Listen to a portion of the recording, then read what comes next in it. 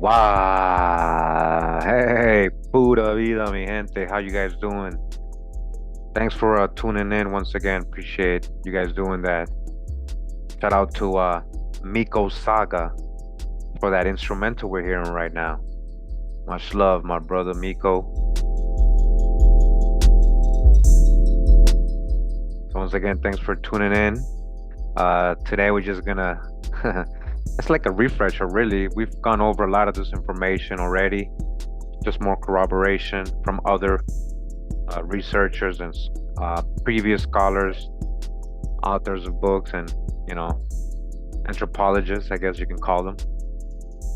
We're gonna get into a specific book today. A lot of people know this book. A lot of people know this author. Um, he has a lot of good drop. You know, we pull out the babies, like always. We pull out, you know, the diamonds, the jewels. We pull out the good stuff. But we also gotta touch a lot of hijack. A lot of the times, guys, in between a lot of that good stuff. And what I mean is, you know, I'm talking about J.A. Rogers, and we're gonna read one of his books. He has a very Afrocentric, Pan-African kind of historical view of things. So, yeah, he writes about a lot of black, so-called black folks around the world in his books, but he always puts them in Africa as their origin. And that part he hasn't proven. That part is they haven't proven. It's just conjectures based off out of Africa theories and Darwinism and things like that, and generalizations, you know, biases, beliefs. But we're gonna go ahead and get the good stuff and the juicy stuff. We already know. Where's the true old world? We already know there was so-called black folks all over the world, every continent. Not just, you know, coming out of Africa. So this is, again, in no way to try to disrespect anybody or try to self-hate or try to, you know, disrespect anybody in Africa or anything like that. It's just you gotta evolve, you know. You gotta, you know, we learn new things. Change is always certain. You know, change is always the most certain thing, and sometimes you gotta just keep learning. You know, you gotta just keep advancing, and you know, use what you've learned before and just keep going from there. Sometimes you gotta empty your cup. A lot of people gotta empty their cup for this whole new truth, because, you know, if not, it might get a little personal. You know, it might get a little touchy based on their beliefs. But again, I'm not one to worry too much about what people believe and, you know, complaining about that part. You know, you can't dispute primary sources, genealogy, and things like that. It's there, no matter what, you know, you believe in. So we're gonna get into the book real quick. I don't want to start babbling here. Thanks for again tuning in. And I think we got a good crowd. I think we got a good crowd. We got about 80, 90 people. Got a good crowd. Shout out again to Miko Saga. Pura vida, mi gente.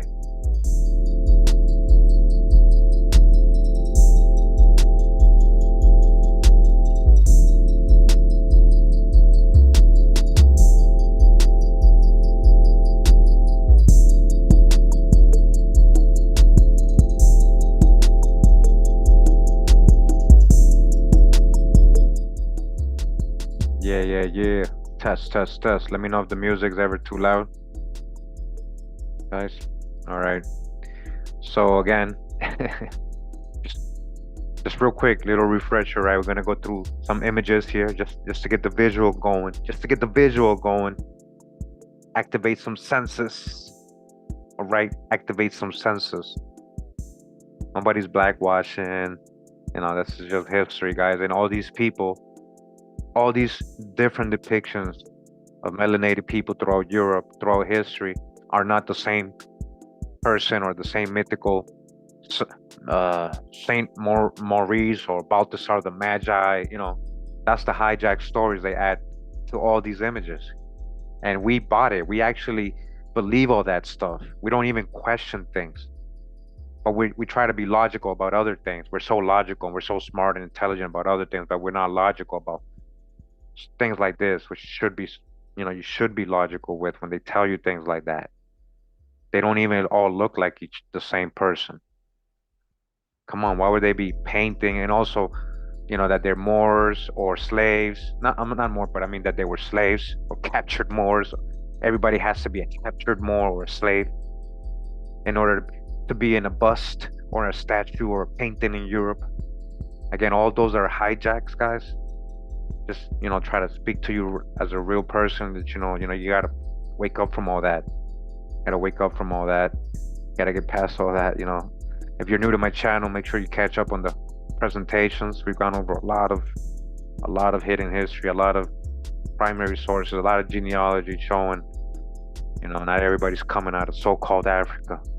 All right, not everybody that's melanated has origins in Africa. That's false. All right. And again, I mean, I can go all day. We even got Charles V right here. Yeah, believe it or not. And I'm gonna show you guys. We're gonna eventually this is gonna come out to light. I mean, this is Charles V right here, Holy Roman Emperor Charles V, with his Habsburg chin and lips coming out. Yeah, and the clothing he's wearing is not of a bodyguard, which they try to say this is Charles V's bodyguard. This is actual clothing of what the emperor of the Holy Roman Emperor would wear. Historians know this stuff. They sugarcoat it. They're like, oh, we don't know why he's depicted like this, and he even got the emblem on the hat. He's the Holy Roman Emperor. That's Charles V. We know, we know because we got a painting of him with the Incas. Let's see if it comes up. Yeah, and he's depicted as a black man. I mean, he became the emperor of the Incas. Yes, Charles V. When they conquered, he took over. He became king and emperor. All right. Go back real quick. I'm gonna show you guys in a future video who this is right here and this horse. I got a lot of history of these images, where they coming from. We got a lot of future videos. We're working on that. I've shown actually a lot of these crests where they originated. I've shown a lot of these crests in my family crest video. You know, black nobles, black Europeans of, you know, nobility and all that. So check out those videos if you haven't. All right, going over to the next tab. You know, there's so many, guys. This is from Germany. This is the Habsburg shield, the Habsburg. That's what Germans look like. Doesn't mean he's coming from Africa. So a lot of times when Benjamin Franklin is telling you in 1750, you know, stop bringing these Swarty Germans over, he means people that look like this as well. Just like in the statue, just like this. Don't picture just mix or miscegenation as we're gonna read today. It didn't all just happen from mixture. Europeans were melanated. They were indigenous. You know, there was so-called black indigenous Europeans, guys. We've gone over the information, the anthropology, all these old books. They're telling us already. And I don't need to tell you about Cheddar Man and all the rest all the rest they're finding and proving that the first European or the first Briton or the first Scottish or the first Irish was a dark-skinned man. You know, so sciences are kind of showing them. Again, many family crests, much proof out there that we're gonna dive into, of course, more and more as we go. It's just so much information, right? So many directions to go when it comes to history and true history. All right, and then as you see here, starts going into Asia. Of course, we're going to continue that research. And again, it doesn't mean that just because all these people, we even got Jean Dusable, the founder of Chicago, him and his wife, an indigenous woman. He was coming out of Haiti, black French. He was French. He was considered a Frenchman. They treated him as a Frenchman. Yeah, so-called black, right here. So just because all these people are so-called black doesn't mean they have origins in Africa. That's a theory. It's called out of Africa theory, based on it's messed up to say it like this, but monkey bones. It's based off of monkey bones, guys, not modern human type bones. It's Darwinism. It's linked to Darwinism. So if you're into that, well, that's again beliefs versus facts. As I was saying earlier, it's okay to believe whatever you want. You know, I told a group of friends today in a private chat, you know, I don't want just a group of believers following me. I want a group of knowers. I want you guys to know things and be able to explain these things on your own and show the proof and show the sources. You know, we gotta stop the whole just generalizing and talking in general and giving opinions that we haven't even researched. I'm just saying, that's just advice. All right, don't take it personal. So again, look at all these images. Come on, all these images have a story, a unique story, a real European background. Don't just think these are slaves from Africa or people came from Africa mixed in with Europeans, because that's kind of the theme of what J.A. Rogers kind of tries to go with, and a lot of these old school Pan African scholars that we grew up with reading. It's so very Afrocentric, and that again, that part has not been proven. They haven't proven that part, that link. Just they're only using saying that because of the complexion. That doesn't automatic mean from Africa, guys. And if this offends you, it's because you're stuck in a belief. And again, this is just the facts, the history, the genealogy, the anthropology, the ethnology, the philology, everything, archaeology, all the ologies. All right, let's go to the next tab. Didn't Putin just release the Russian black icon images? Shout out to all the channels sharing that. Didn't he just release that? It's not just me and Putin blackwashing. Yeah. You guys see? So you guys got your senses going already? Just wanted to kind of get that going before we start reading. All right. So if your goal is to unite people, just try to, first thing you got to do is not call them black or Latino. That's the very first thing. I know it's hard, and you may be like, but what do you know what I mean? No, it's literal. It's all that is psychological. We keep saying it. We keep repeating their tags and misclassifications. We're not gonna advance. Don't see it as separated. Why you think it's separated? Who says we're separated? Who says so-called blacks ain't Latinos? Original Latins. Talking about Idumean, Roman, Etruscans. Are you saying they weren't so-called black? It's a big missing context and misinterpretation of history when we give our suggestions today in modern times and our opinions and all that. Hey guys, I'm talking today a little bit. Let me just get into the book, right? My fault. My fault. Maybe you like hearing me talk, I don't know, but let's just read. I don't want people to think I'm just giving opinions here. All right.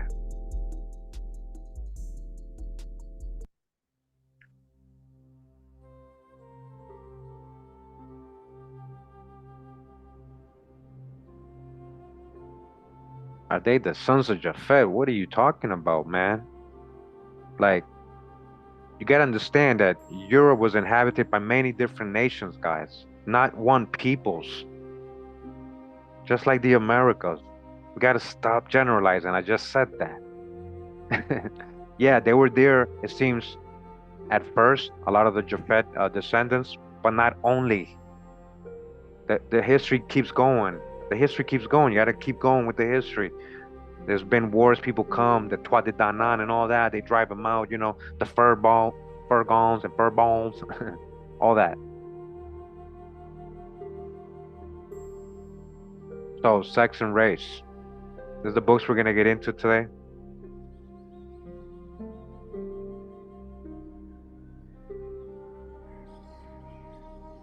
Sex and Race, Negro, Caucasian Mixing, in all ages and all lands by J.A. Rogers. Author from Superman to Man, World's Great Men of Color, Nature Knows No Color Line. We read that one.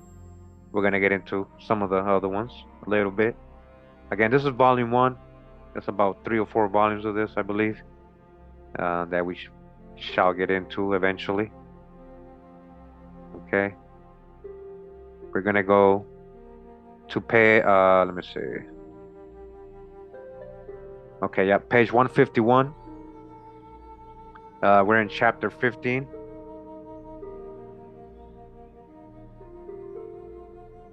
Okay. What do I think about the Russian black icons? That's history. So, I don't know. What do you mean? That's just history. It just proves what we're saying. So guys, I can't really answer questions because I'm gonna be reading. So if you ask something and I don't answer, it's not because I can't. I can't. I'm gonna start reading right now, so I'm not gonna be able to see the chat a little bit. All right. Okay, let me lower the music because yeah, see on my end sometimes it sounds loud, but it's not. So hopefully that's better.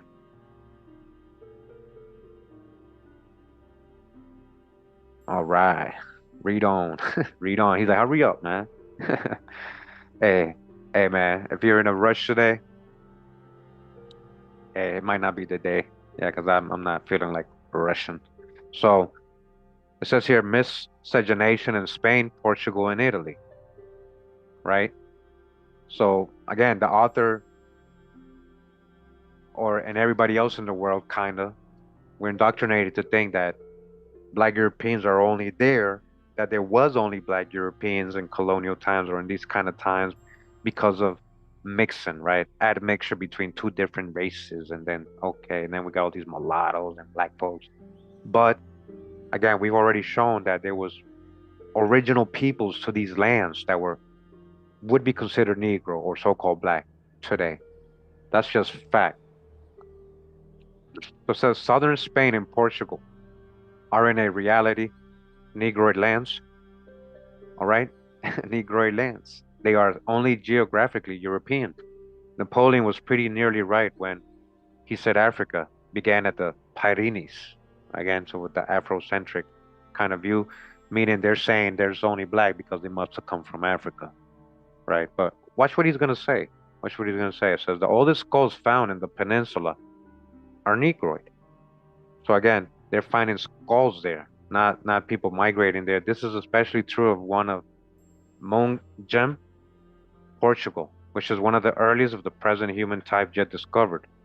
Other Negro peoples have come in since that distant time, but the original Negro type persists. Again, he said, others have come, but the original Negro type persists. There was already a so-called Negro people there in Portugal. They didn't come from Africa. As G. Young says, it is easy to recognize not only the imported Negro type, but also a type generally confused with him. What do you mean confused with him? The Aboriginal Negroid Iberian. All right? The Aboriginal Portuguese is what he's trying to tell you. The Aboriginal Spaniard, people from that land, original to that land, inhabitants,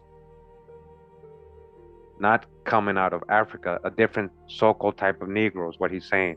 Confused with the one that's coming in. All right? 1 second, guys.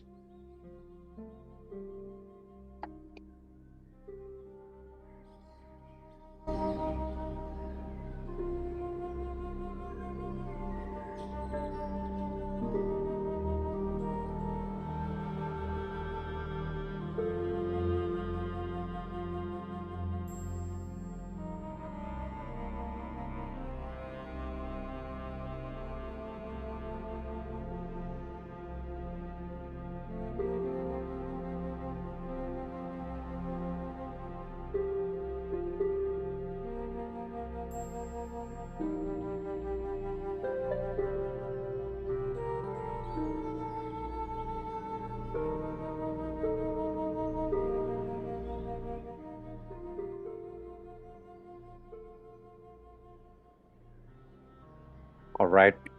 Hope you guys let that sink in a little bit.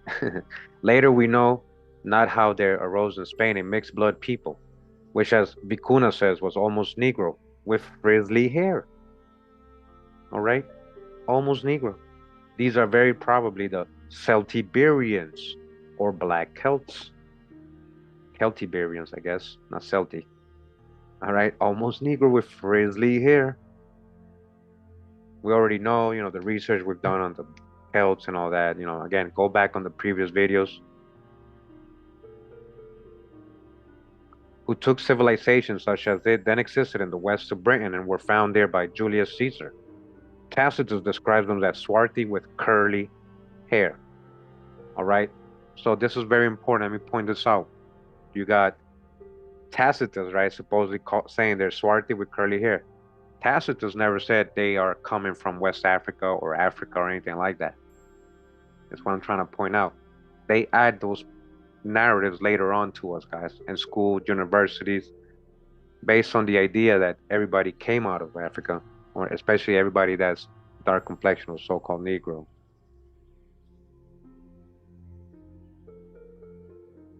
The present oldest race of the peninsula are the Basque, the mystery race of Europe. The Basque, which from my research, a lot, my particular paternal last name is a Basque name, coming out of the region of Spain, what we call Spain, but it was an ancient Basque name. The mystery race of Europe, who have a language of their own and claim to be pure.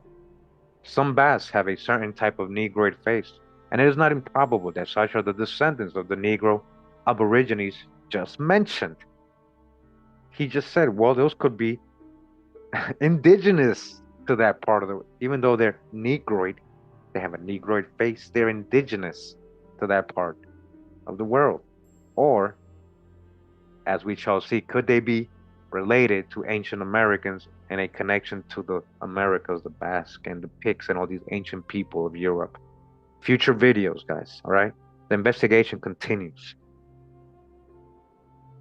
The Basque emblem is the swastika, which has caused them much pain since Hitler appropriated, or Mr. H, can't say that name, that ancient African and South Sea emblem.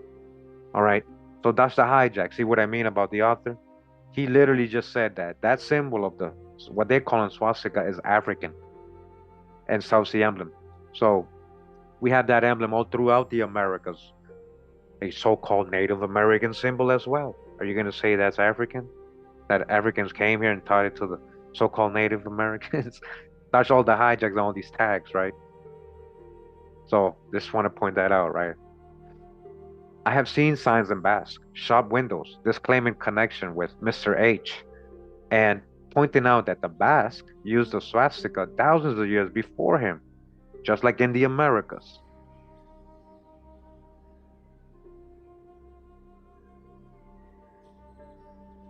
Hey Michael, hey, somebody get Michael out of here. What do you mean speak English? And don't come over here and interrupt, please. We don't care about, go do a video about Elon Musk. Why don't you go do that? Why don't you start your own channel, Michael? And then go speak English as much as you want over there. The first colonizers of ancient Spain were the Carthaginians, who, as was said, were also Negroid. He's already pointed this out in previous chapters, is what he's saying. He has a little of the African hijack, so I kind of skipped all that. We got other versions of the Carthaginians in previous videos, and their relationship to ancient Atlanteans in America, how the Carthaginians kept America hidden from the rest of the Greeks and all that. Oh, we've read all this. But where are the Carthaginians really originally coming from? What is their relationship to ancient Americas? Who, again, the Carthaginians, as was said, were also Negroid. Barcelona was founded by Hamilcar Barca, father of the illustrious Hannibal. Black peoples and white crayon colors, right? Black and white crayon colors continued to pour into Spain under the Romans. Under the Romans, what do you mean? Black and white. He said, listen, very key. Black people and white peoples under the Romans. They didn't say just white. They don't tell you where these people are coming from. And what do you mean white and black? Those are crayon colors. And back then nobody's classifying themselves. Guys, this is very important. Nobody in these times is calling themselves black or white.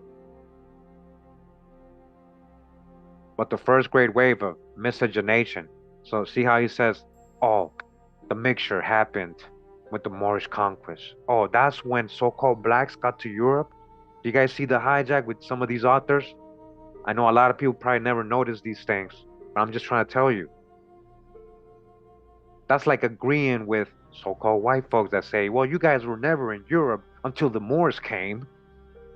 That's not true. That's not true. And the mixture most of the mixture didn't just happen when they came. And when we talk about 7-Eleven and we talk about the dark ages and the chronology being added, the years and stuff, remember what we learned about the possible Moorish invasion?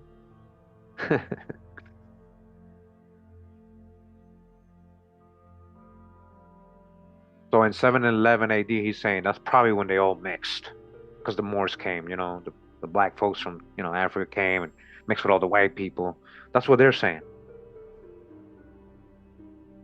Under the leadership of a Negro slave, Tariq, and of course, always got to be a slave, right? Tariq, who gave his name, as was said, to Gibraltar. The rulers of Spain were then the Visigoths, a white Germanic race. Okay, well, what do they mean by that? Were all the Visigoths pale skinned? Is that where we're all gonna just accept like 100%, and we're gonna just believe it and just say, "Yep, they have to be the white race, they have to be." I ain't no Visigoth, I ain't no Moravian, I ain't no Visigoth, I ain't no Saxon. Again, these are all conjectures. Is what I'm trying to say, and splitting history into our modern concepts of black and white is gonna lead you down the wrong historical path, guys. Like understanding of history and of ethnicity and of ethnology, anthropology. Okay, I felt like talking a lot today, guys. So try to explain myself a little bit. It's like a book review as well, right? Tariq, after defeating the White King Roderick at Xeres, pushed victoriously northwards. In less than 3 years, the Moors had seized almost the entire peninsula.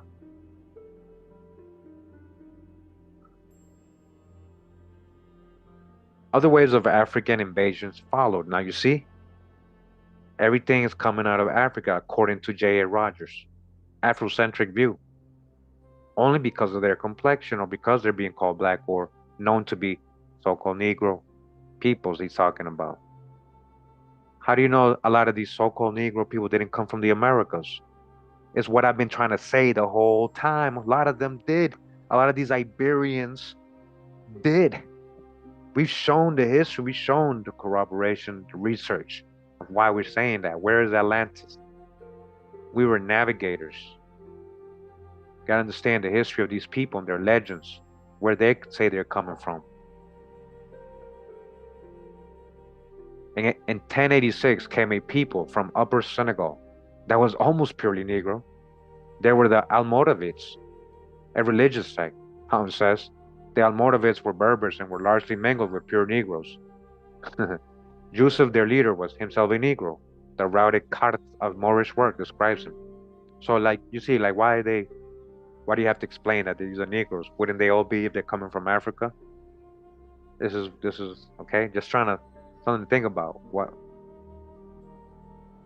So, as having woolly hair and being brown in color. Now, again, the reason he's reading and talking about this, guys, when the Moors got there, is to try to explain why there is black folks in Portugal and Spain, and Celtiberians who were black and Basques who were black. Yeah, this is a part of history, as they say, right? But that's not why there was a large mixture or a large population of black folks. There was already a large population. You assuming that these people are invading pale skinned people only.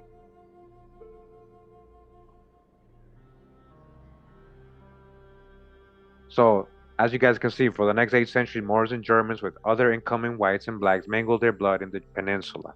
Germans were black too. Remember what Benjamin Franklin said. So, you know, he's putting Germans here as white. This is what I'm trying to say. He's still in that paradigm of splitting people up in crayon colors, and Germans have to be white, and anybody not called Negro black has to be from Africa, and that's not correct. Right? And we've been reading these books. We've been reading these books, and oh yeah, it all sounds beautiful to our ears, especially if you're Pan African. You got an Afrocentric belief as well. But now that we're waking up and reading the actual sources on our own, interpreting the information and seeing and doing our genealogy, and realizing there was so-called black or Negro people in the Americas way before any Columbus or suppose any Africans went there. That's all that hasn't even been proven, the African part. Hey, Boss Gaddafi, man, I really appreciate you, man. Much love and respect. Thank you. Thank you very much. So, the Moors have left an ineffaceable mark on Spanish and Portuguese physiognomy, art, language, and music, especially the latter. All right, so you want to give all the credit to this invasion.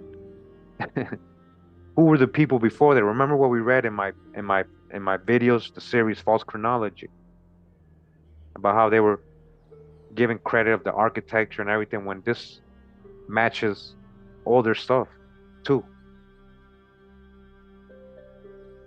At Granada, on a mountainside facing the Alhambra, are still the tunneled out homes of the Negro guards of the Moorish sultans with the words Barrancos de los Negros, barracks of the Negroes. Some of the barrancos are inhabited by dark-skinned people who are said to be gypsies. So-called dark-skinned gypsies, huh? Like, hey, check out my gypsy video in the history. The word gypsy comes from Egyptian. We went over this. That's what I'm saying. But they have the reason they don't believe this, historians and people, they think this is like, oh, that's just a confusion or a tale. It's because they're thinking modern day Egypt, not ancient Egypt. Coming out of Egypt. Didn't Israelites come out of Egypt, guys? Hold up. Exodus, you coming out of Egypt, you might be labeled an Egyptian. This is what I explained in a lot of my previous videos. Egyptian, huh? Gypsy. Because we went, check out my previous videos on the gypsies. A lot of so-called different peoples were being referred to as gypsies. A lot of the pigs, these dark-skinned pigs in Scotland, Ireland, a lot of these people, you know, hey, much love and respect, House of Saint. Thank you. So, dark-skinned people, gypsies. The word gypsy comes from Egyptian because they came out of America, the true ancient Egypt in ancient times. Yes. Towards the end of the 14th century, Moorish power began to decline. And in 1492, the year of America's discovery, the Moors were overwhelmed by the white armies of Ferdinand and Isabella. Dodged the hijack. Ferdinand and Isabella weren't so-called white. All this is going to come out to light. You can believe me now, but we've shown a lot of the research why I'm saying this. I'm going to show you sources that are going to describe these people. And shout out to Asir the Duke of Tears. He mentions it all the time. Ferdinand and Isabella were so-called black too. In 1610, they were driven back in baggage across to Africa or over the Pyrenees into France. Others went to Holland, Belgium, and Germany. All right, so where are these so-called Moors went? Or black folks? The Pyrenees, Huguenots, remember? Into France. Remember they became the Huguenots? But these ain't Africans. Others went to Holland. They went to Holland, right? New Jerusalem, right? Where all the Sephardic Jews were. Belgium, Germany, the Prussians. Who's the Prussians? Have a lot of Sephardic Jewish history. We've gone over this info. We've gone over the sources, the migrations, and what these people went through. It says modern Negro trade in Spain and Portugal. Okay, so now it's gonna start talking about slavery. The slavery. I'm gonna skip all that, guys. You can read all that. Debunked all this stuff. Yes, they were bringing slaves from different places of the world into Lisbon, and Africa included. But not all the slaves in Lisbon that were dark were from Africa. We've proven this.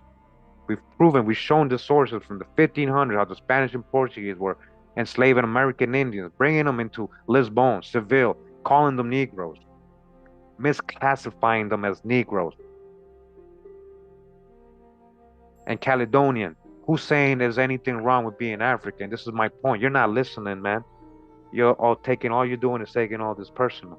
You're not listening. Nobody says anything about something being wrong with being African, man. We're talking about what's wrong is the false narrations we were taught in history. That's what needs to be corrected, man.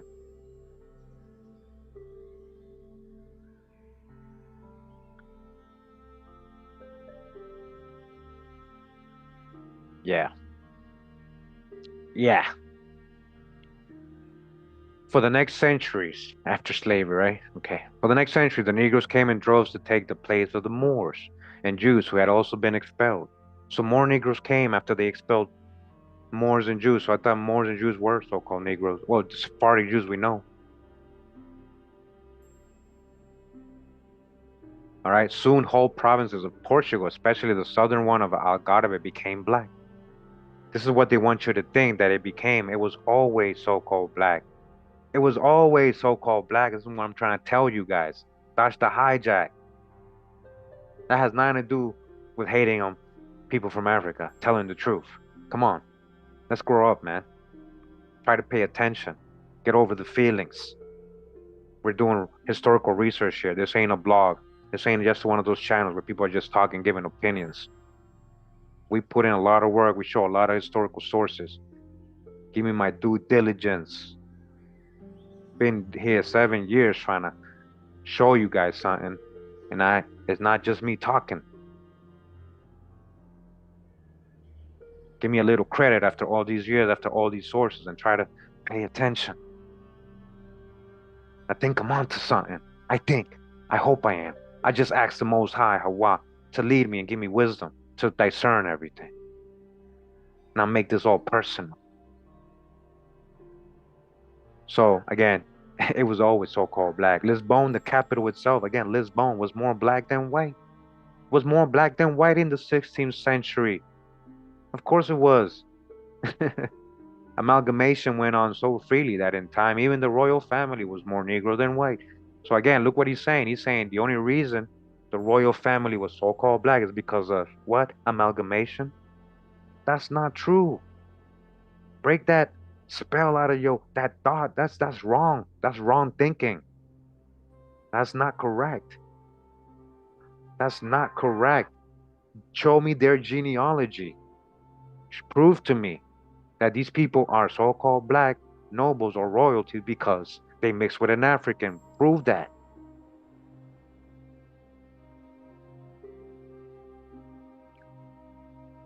Again, we ain't talking about religious beliefs.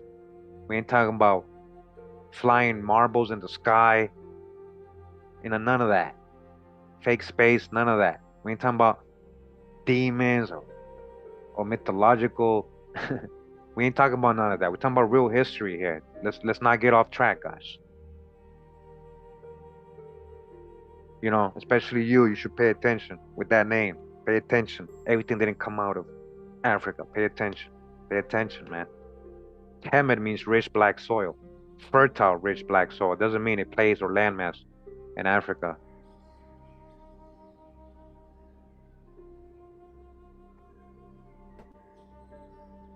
So again, they're not just black because of amalgamation. They were so-called black, or people with melanation. Different shades of that. John the Fourth shows Negroid traits. John the Fifth, the Louis the 15th of Portugal, still more. While John the Sixth, adversary of Napoleon, is recorded as being a Negro, a fact that his portrait bears out. And you know what they're talking about, guys? I've shown that. The painting of the Knights of Santiago, the knight, is John the Sixth. He's on the horse. I've shown you that, guys. Let me see if I can just Google it. Hopefully it comes up.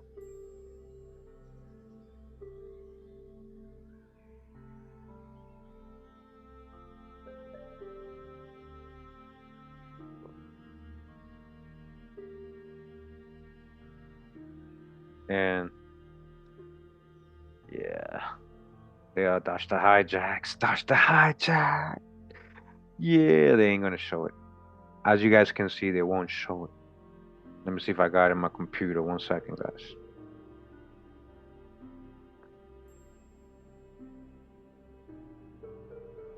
I do. Yes, I do. Of course I got this in my computer. Of course I got this in my computer. Manifest. What y'all know about that? Okay. Dutch painting of Chafariz de El Rey, a square with the king's fountain. Lisbon, Portugal. The man who is believed to be the king, John VI, is wearing the cross of the Order of Santiago, St. James, which was founded in the 12th century to drive back the Moors from the Iberian Peninsula. There you go. So that's a so-called black man, right? Let me zoom in. so-called black man, Knight of the Order of Santiago, who is from the people who drove out the Moors, other black folks. This is what I'm trying to tell you. Shout out to Con Drop. More on more war. More on more war. Black on black crime. Whatever you want to call it as. That's what I was saying. Don't assume the Moors are only fighting, or what they're calling Moors, right? Are fighting only pale skinned people.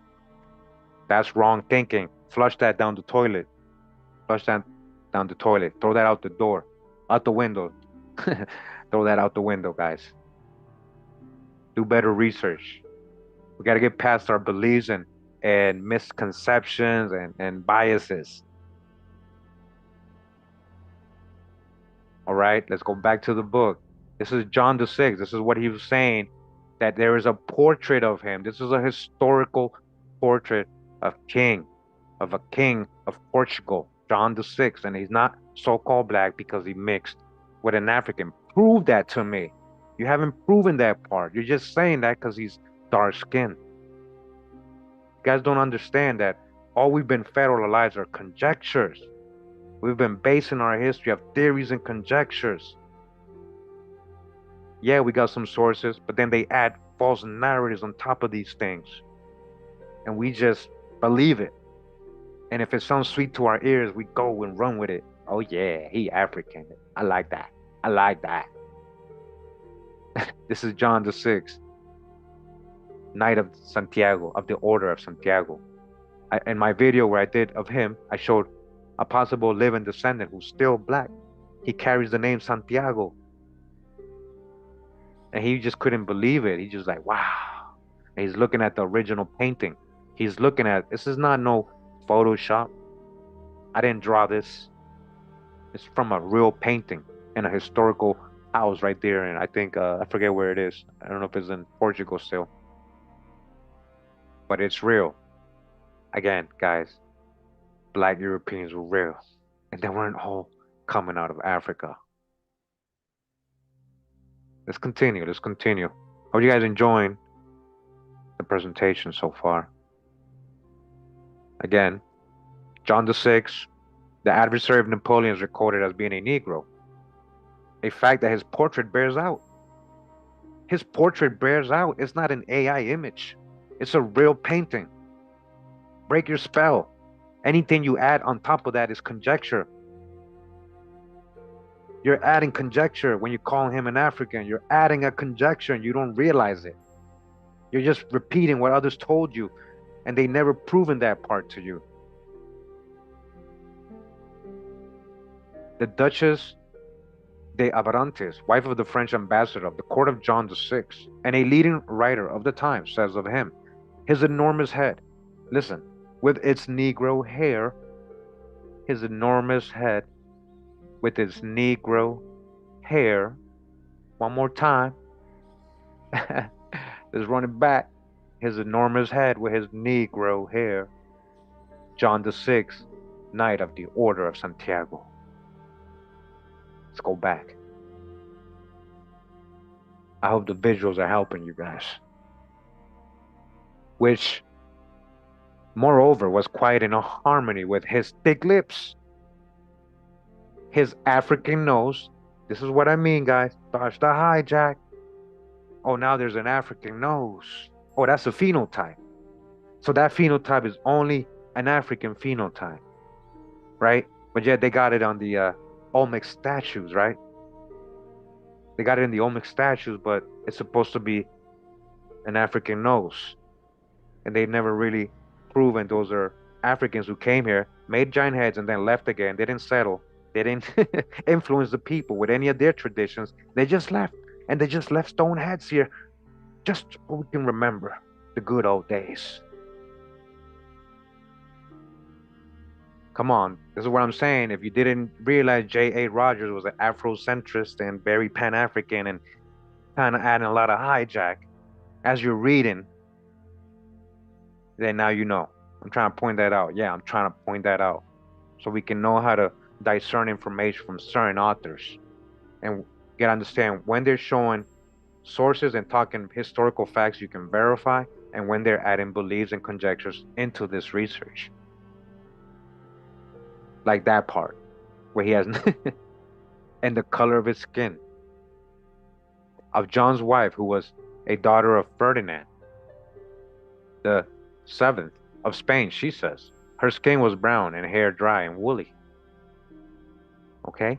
Of the Duchess of Alafos, a member of the Portuguese nobility, she wrote, her skin is brown, so very brown, that one would not take her at first sight for a European. She was a grand dame of such remarkable beauty that she could well say, I am black, but comely. O ye daughters of Sion, descendants of John the Sixth, have married into other royal houses of Europe. Black folks, right? The Duchess de Abrantes says that she was struck by the Negroid appearance of the Portuguese. Remember what we learned about the Portuguese in previous videos, guys? Come on. Come on. That's what I'm saying. Sephardic Jews. The Jews of Portugal were known to be what? Very dark complexion. Remember? So she was very struck by the Negroid appearance of the Portuguese, their thick lips, Negroid noses, black hair, often woolly, and their bearing their hands and especially their nails. One sees the Negro blood. Negro slavery was abolished in Portugal in 1773, or 330 years after the coming of the first blacks. All right. Look, I want to point this out. He has no source for that. And what does he mean, Negro slavery? He just means slavery, not specifically Negro. They had people of all colors enslaved, American Indians included. So, okay, are you calling Indians Negro then? A lot of critical thinking is required, yes, Ms. Lieberman. This is what I'm trying to help with right now. It's not just trying to I'm not just talking bad, caca. I'm not just talking caca, guys. I'm just trying to help when you're doing these researches and how you pay attention with what they're saying, and let's not generalize like they are in these books. So we got the truth where he's quoting and sourcing, right?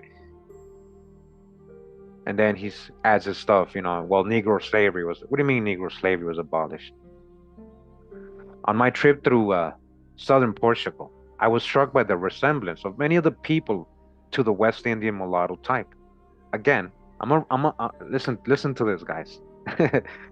On my trip through southern Portugal, I was struck by the resemblance of many of the people of the West Indian mulatto type. A lot of the southern Portuguese look like what? West Indian mulatto types, guys. Some degree of race mixing still goes on with natives from Africa and the Cape Verdes. Dodge the hijack. Check out my video on Huda. Check out my Cape Verdean video. That's all I want to say. All right? I know where Cape Verde is. But you got to understand the history of Cape Verde and who were they bringing there. And remember, Portuguese were so-called black. So they didn't become black because they're mixed with Africans and Portuguese. The Portuguese were black, so that story don't fit. That story don't fit. Cape Verdeans, I'll tell you in general, guys. Spoiler alert from my video. American Indians and the black Portuguese, the Sephardic Jews and Moors.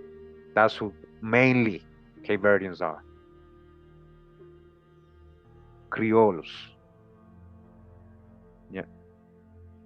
On my trip through, again, so something, all right, we read that. Negro slavery also flourished in southern Spain. It was from Seville that the first Negro slaves to the New World were taken in 1502. Body bag for the illusion. That was a big one right there. If you don't understand, family. Wait, hold up. wait, Cootie Mail. Are you telling me it wasn't from West Africa? No. In reality, the first so-called Negro slave, right, was taken or came out of Seville, Spain, not West Africa. Do you guys understand who was in Seville? Do you guys know what year Columbus? We're talking about a Negro was taken out in 1502, right? 1502, right, guys? Let's do the math. When did Columbus go to Americas? 1492, supposedly, right? How many years is that? How many years is that? You guys got the math? 10 years, right? 10 years, right? So you had 10 years of American Indian slavery. 10 years of that going on heavily. They're not doing that in West Africa, guys. They're not doing, there's no history of that. They are taking American Indians since 1492. Columbus took back with him 200. Just Columbus alone. And to Seville. And we got the primary sources and genealogy of the people who's involved in the stories and the families that a lot of American Indians from West Indies, the East Coast, the Southeast, and a lot of the Newfoundland people, the Botag, a lot of the Newfoundland Indians. Remember, guys, we've gone over the primary sources.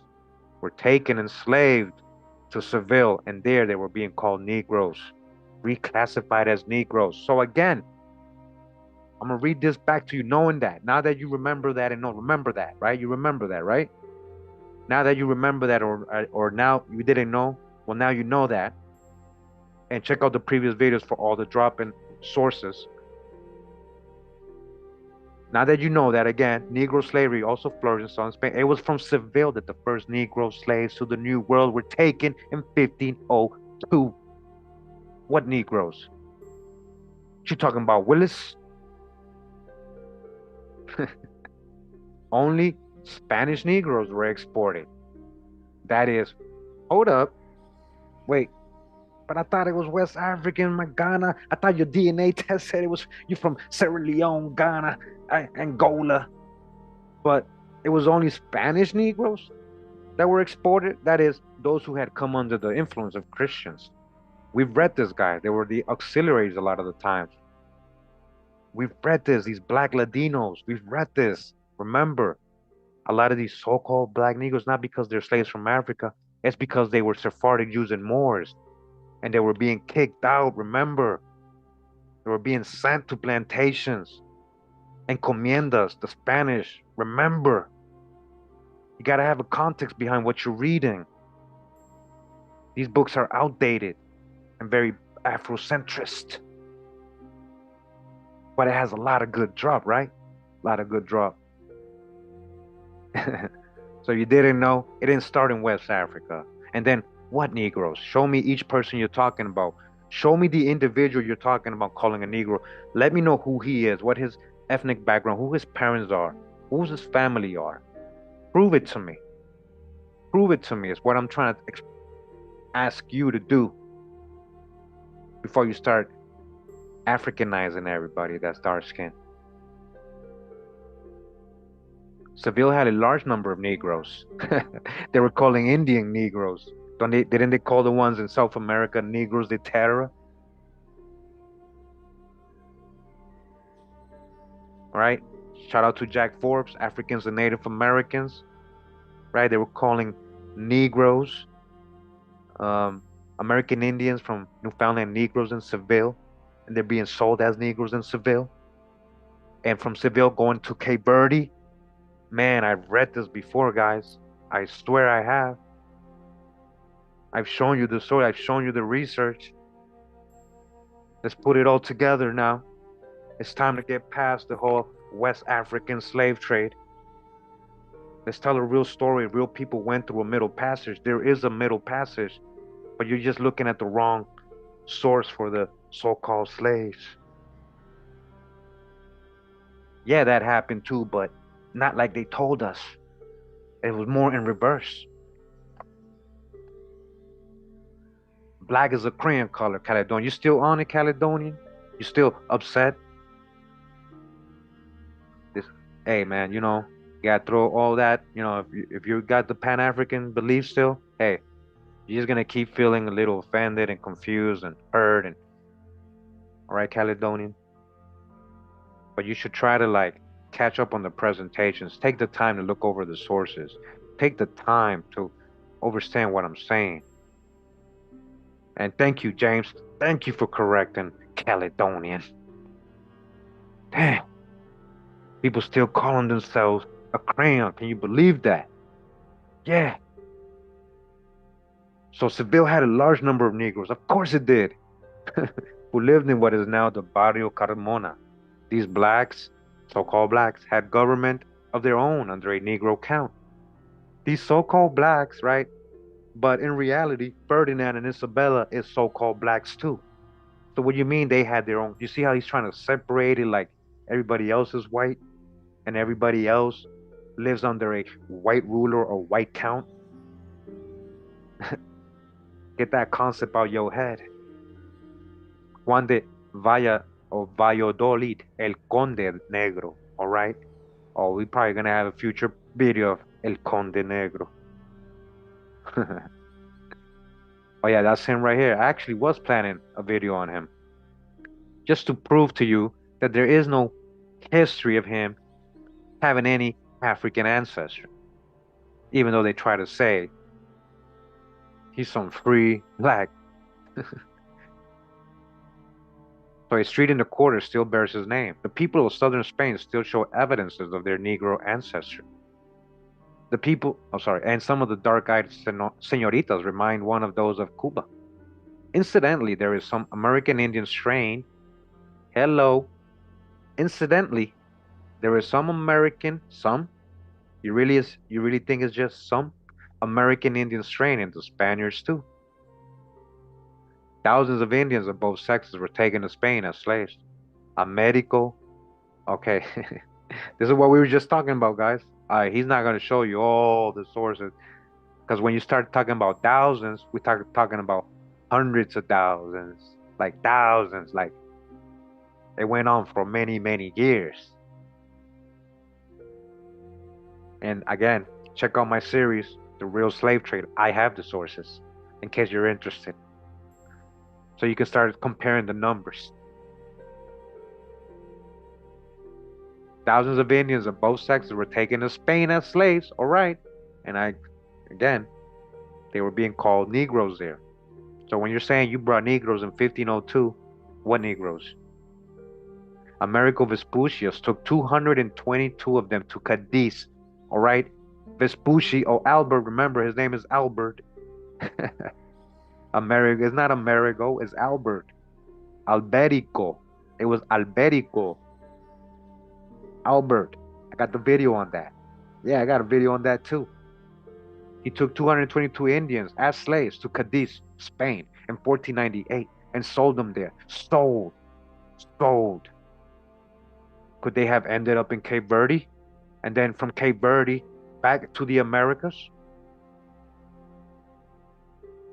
Yes, this happened a lot. And this is what I'm trying to explain to you.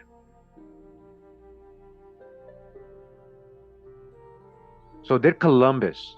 So did Columbus and others. Again, so did Columbus. And of course, people of mixed Indian, Negro, and Spanish blood from the New World also migrated to Spain. Of course. So miscegenation today, huh? Okay, so this part about his opinion and all that, I like the history part, but guys.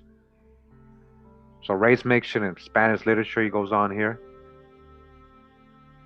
So yeah, if you're interested in reading this part, let me see. The Black Pearl originally began in Portugal. Okay, so yeah, a lot of literature. We kind of know the history there. Check this out. Upper front and profile of a Spaniard of 1500 BC. All right, a Spaniard from 1500 BC. Any questions?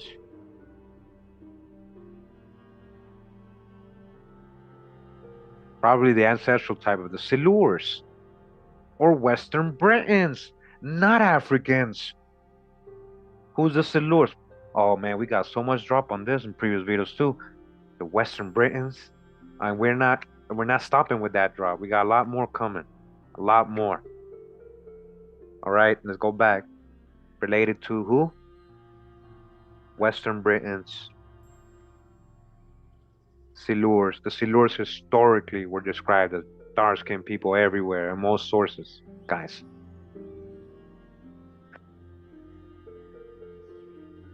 Got an image here. Princess Donna Juana of Spain, Austria, and the Netherlands with her Negro favorite, We're Negro favorite, huh? What does that mean? Look at the hand. So a lot of these are very subliminal, these paintings, very subliminal.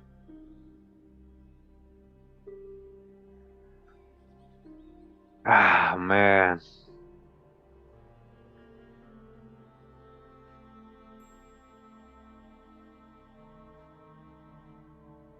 Why does Caledonian in the chat think that we don't love Africans because we're teaching true history?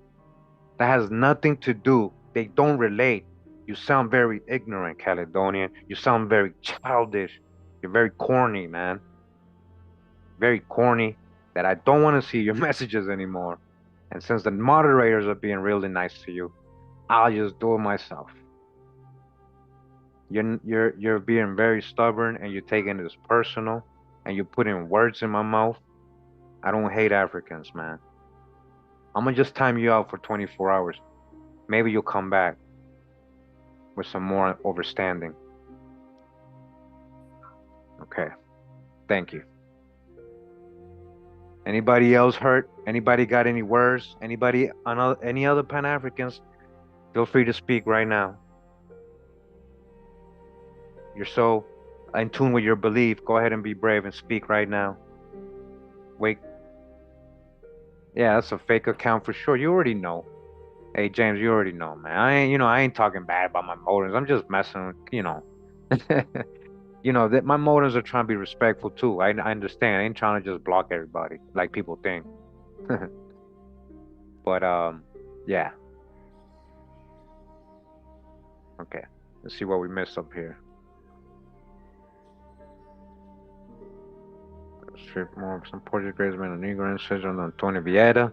Okay, moreover, some of Portugal's greatest men were of Negro ancestry. One of them, Antonio Vieira, was her greatest orator, her greatest prose writer, and her noblest soul. Vieira, whose grandmother was a Negro domestic, defied the Portuguese Inquisition. All right, so she was probably Sephardic Jew or Moorish or Muslim. That's why she's going against the Inquisition, not because she's African. We're seeing his dark skin and frizzly hair. Thought it could outlaw him by proving that he was of heretical blood, that is, Moorish or Jewish. Heretical blood, Moorish or Jewish. So it was a religion thing. Moorish and Jewish versus Catholics, not black versus white. It started an investigation which revealed that Vieira came of nothing more dangerous than Negro stock. This was not considered tainted as it was Christian, and Vieira's foes were discomfited. For years, Vieira preached for the Pope. The roving Queen Christina of Sweden was enamored of him. Incidentally, other Negroes have preached for the Pope in St. Peter's, since one of them being Father Gladstone Wilson of Jamaica, West Indies in 1939. Okay, see, now he's getting modern. So many so-called black popes, he's saying that people are working under. No, a lot of the popes were so-called black. All right. Do I have to remind you of who the Pope was kissing? Whose feet was the Pope's kissing? South Sudanese leaders? Or who are they really in ancient times? These South Sudanese leaders that he's kissing the feet of. A Pope. Yes. Okay. Sorry, I want to get to the history part. Here we go. Italy. Oh, the Portugal himself. Beckford was an Englishman, the owner of slaves in Jamaica. Okay. Italy. Doesn't mean he was white because he had slaves in Jamaica. Italy. The Moors also dominated parts of Italy. The Moors. See, now everybody that's so-called black is supposedly a Moor, you know, and also there's a bit of a generalization. That's what I'm saying.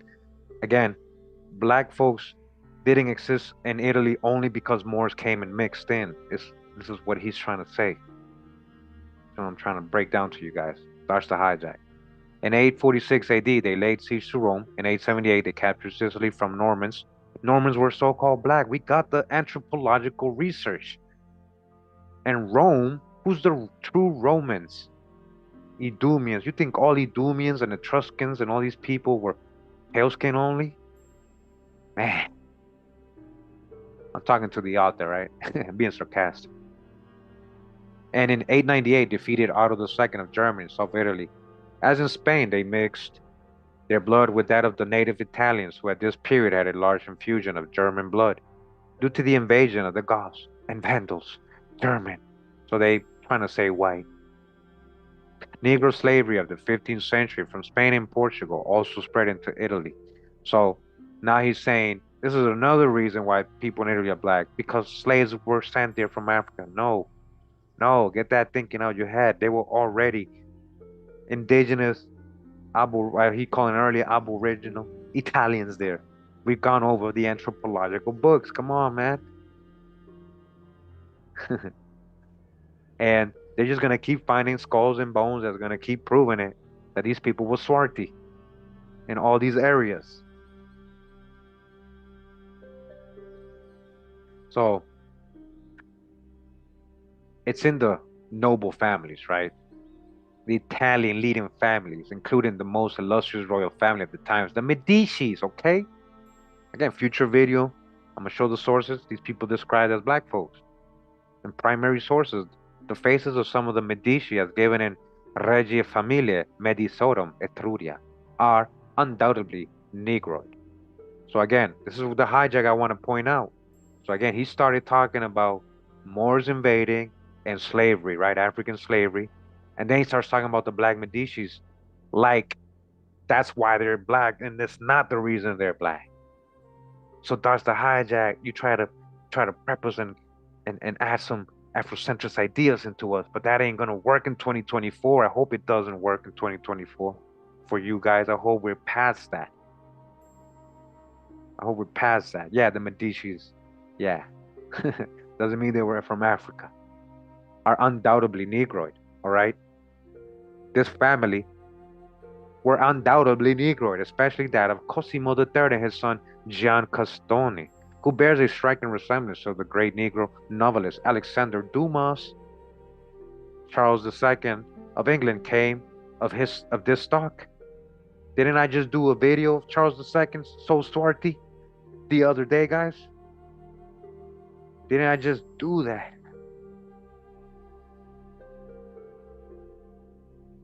Well, those Europeans were so-called black too, Nitzia. That's what I'm trying to say. And again, Charles II is of the same stock, right? Of these Medicis. Remember, through his mom's line, he got Medici bloodline, and through his Stuart line, his dad, it's black folks everywhere on him and Charles II. That's why he was called the Black Boy. Remember, his mom was so ashamed of how dark he was. She wrote to somebody how dark he was. She was so ashamed. She'll send a portrait when he's more fairer, but he never got more fairer. His dark hair, right? So G. F. Jung says of the latter, Charles II, his dark hair and swarthy complexion showed traces of the Medici blood. So they're trying to say that Charles, remember, he was only black because of the Medici part, which proves that they were black, but that's not the only reason he was so-called black. One of the Medicis, Alessandro the Moor, just like Ludovico Sforza the Moor, remember yesterday's video? First reigning Duke of Florence, actually had a Negro mother. Oh, really? And his dad is supposed to be a pale-skinned person? The latter, who was in the service of the Pope's aunt, was the wife of a mule driver. But Pope Clement VII, then Cardinal de' Medici, took her as his mistress and was the father of Alessandro. All right, so that's the hijack if you assume that this Pope Clement is a pale-skinned person. Nearly all the writers are agreed that Alessandro was a mulatto, which moreover is clearly indicated by his portrait by Bronzino. Okay, so he did look a bit light-skinned guy. It doesn't mean that one of his parents was white. Doesn't that happen in the Americas today? A lot of light-skinned so-called black folks, mulatto-looking, doesn't mean one of their parents is white. Remember, mulatto in these census records doesn't always mean that.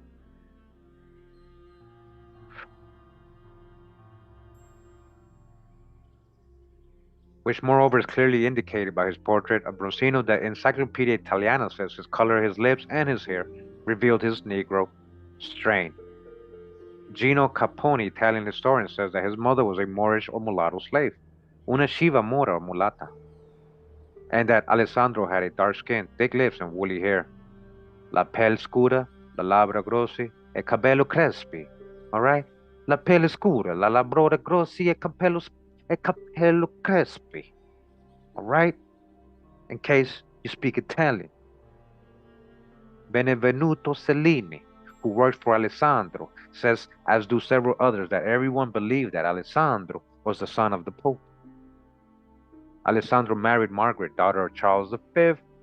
Charles V, a swarthy man, so she must have been a swarthy person as well. Charles V is his father-in-law, meaning his wife was most likely a swarthy person as well, just like him. It's all swarthy folks. That's what I'm trying to tell you. When you really start doing the research and realizing all these people are so-called swarthy or black. A little melanated here and there. It doesn't always mean biracial mulatto. It doesn't always, especially in historical documents. You got to throw that out the window too. We know what they tell us today. We know what they tell us today that it supposedly means and what it may apply to people today. But that's not what it always meant in history. And we have much primary sources proving what I'm saying. How they're naming many people mulattoes without any so-called African blood. Right? American Indians, mulatto.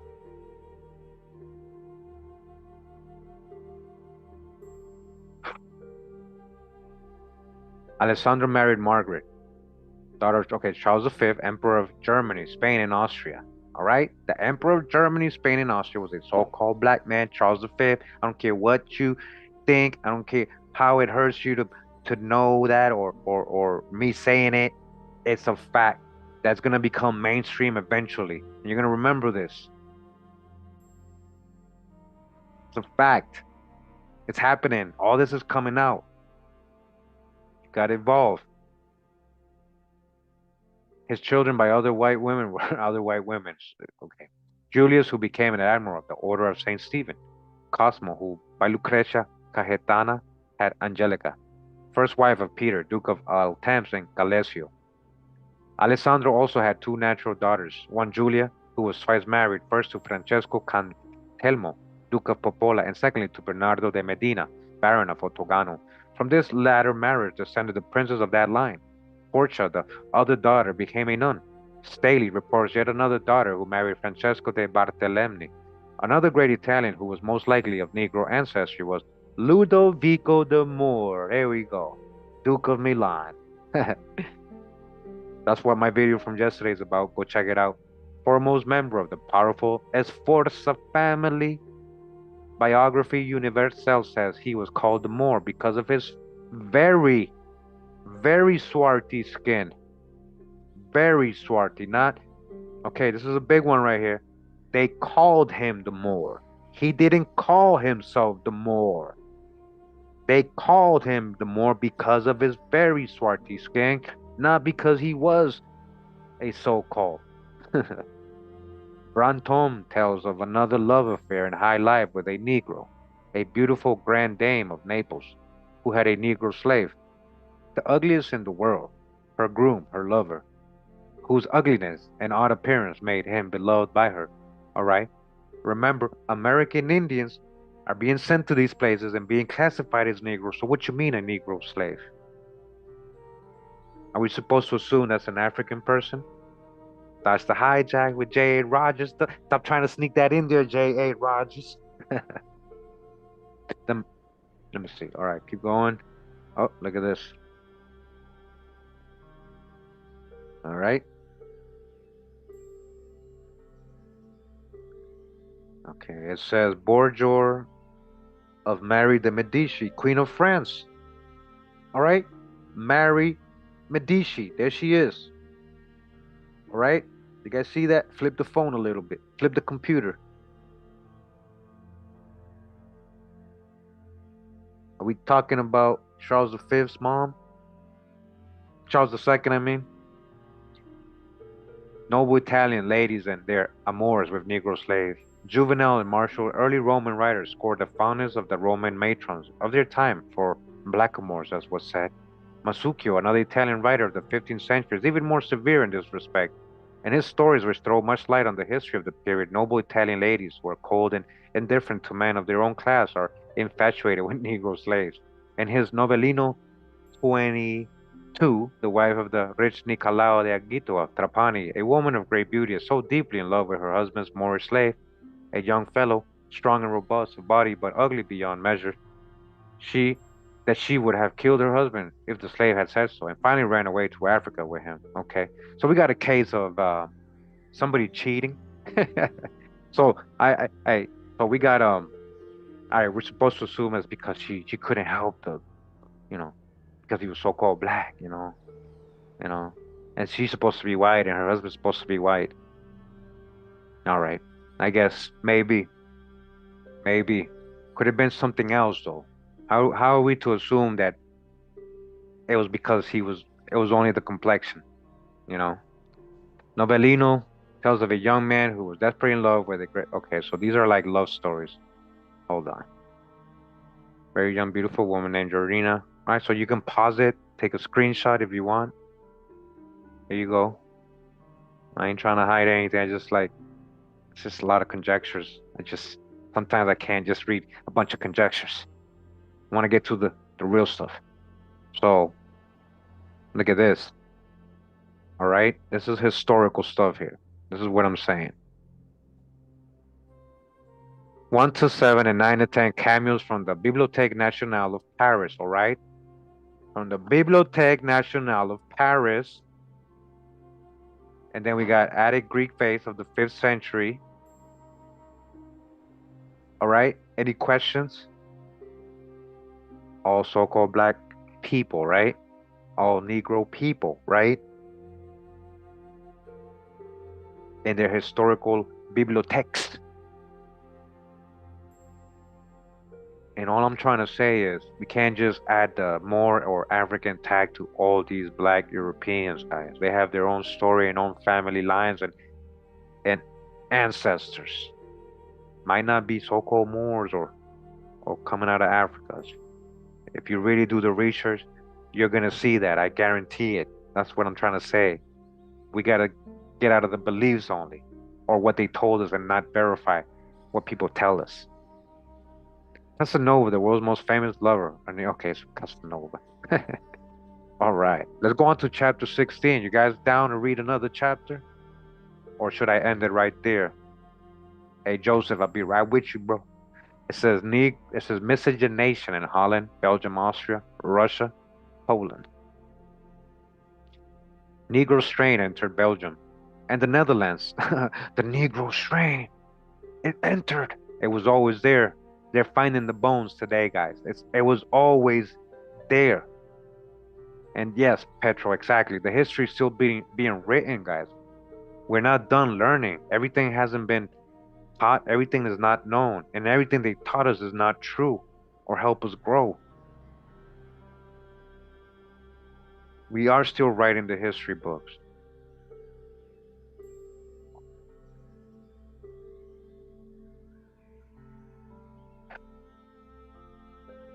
So there were people of melanation, people of color, so-called black people in Belgium, Netherlands. All right, always. But he's saying here after the Christian era, principally through the Jews who migrated there in large numbers from Spain and Portugal. All right, but there you go. They're admitting that the Jews of Spain and Portugal were so-called black, and that's what they're saying brought the black strain into Belgium and Netherlands Christian. Again, dodge the hijack, guys, please. A lot of these Normans, Saxons, and all these other people were black folks too, Negro people, just like how you picture a West African, yes, and other type of so-called Negroes, all kinds of looks.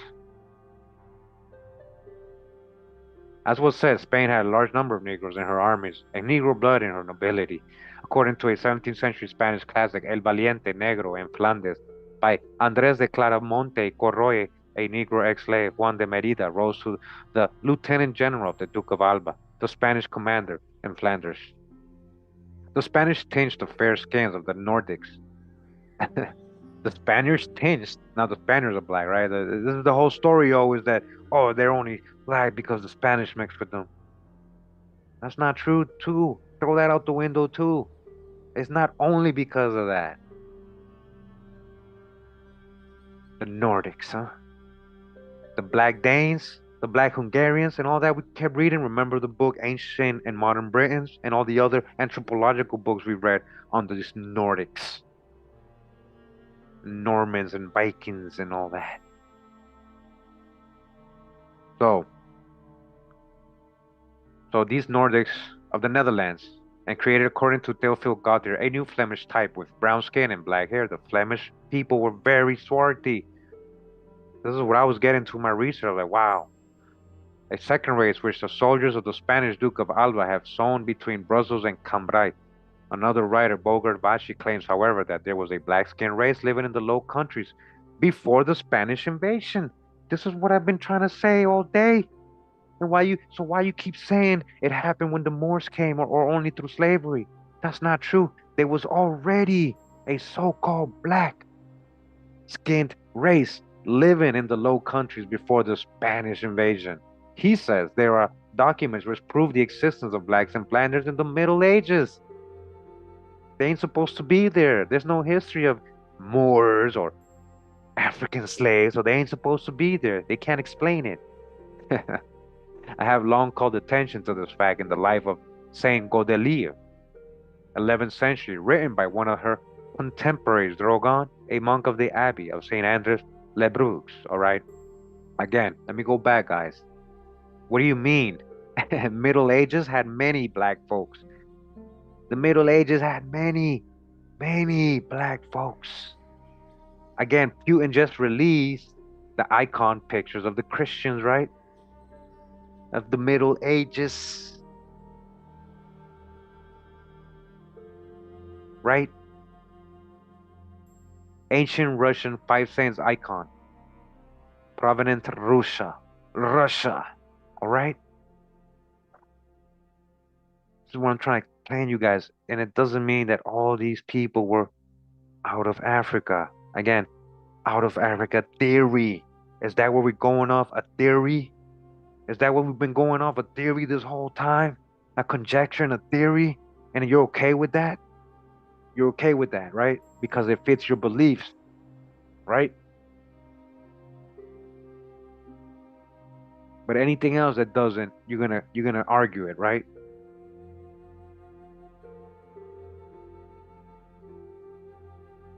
All right. So what do you mean there was Negroes in the Middle Ages and Europe? Of course there were. Of course there was.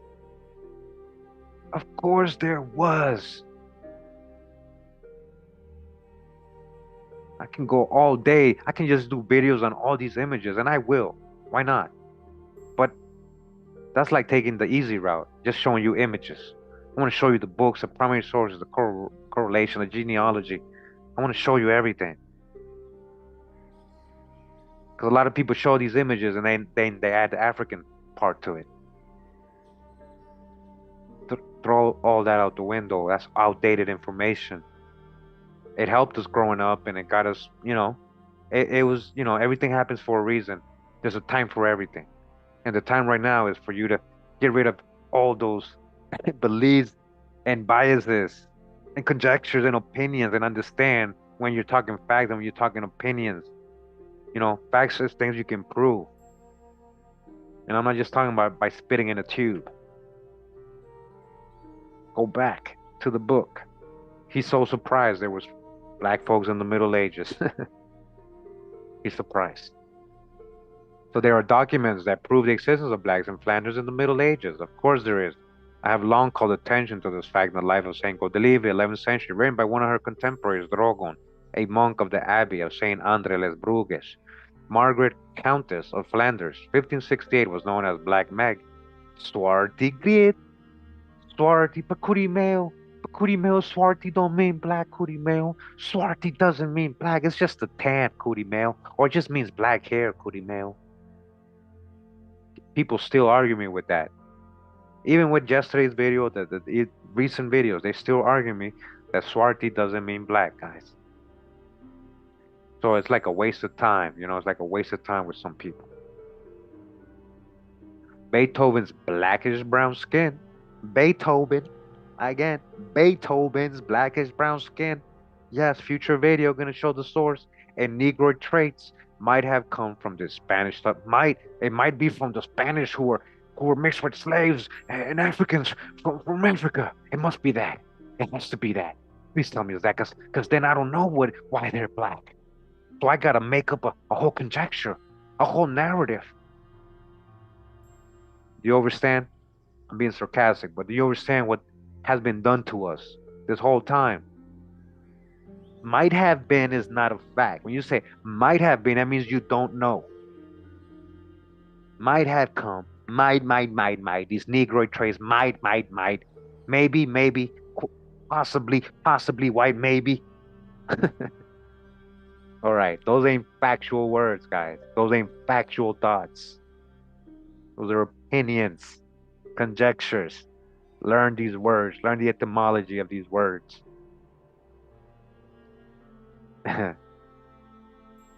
Again, Justin.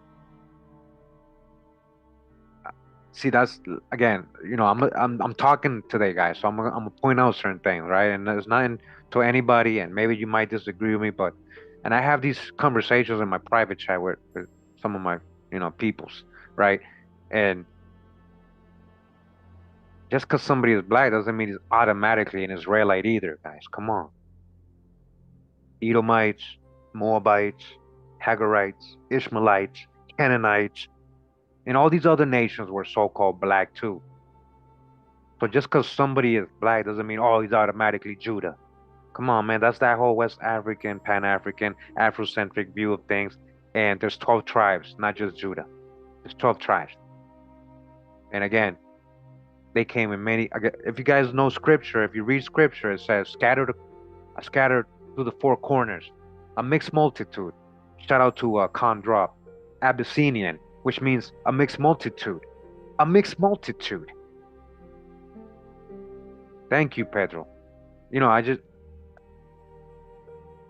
and I hope you guys don't think this is my truth. I'm just trying to talk to you when it comes to research and yeah, wishful thinking.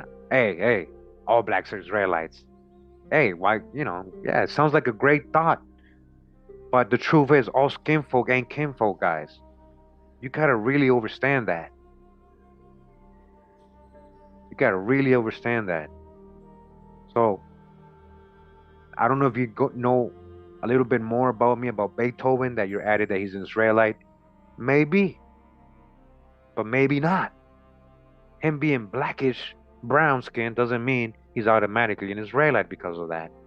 Okay? But we can give him a benefit of a doubt, huh?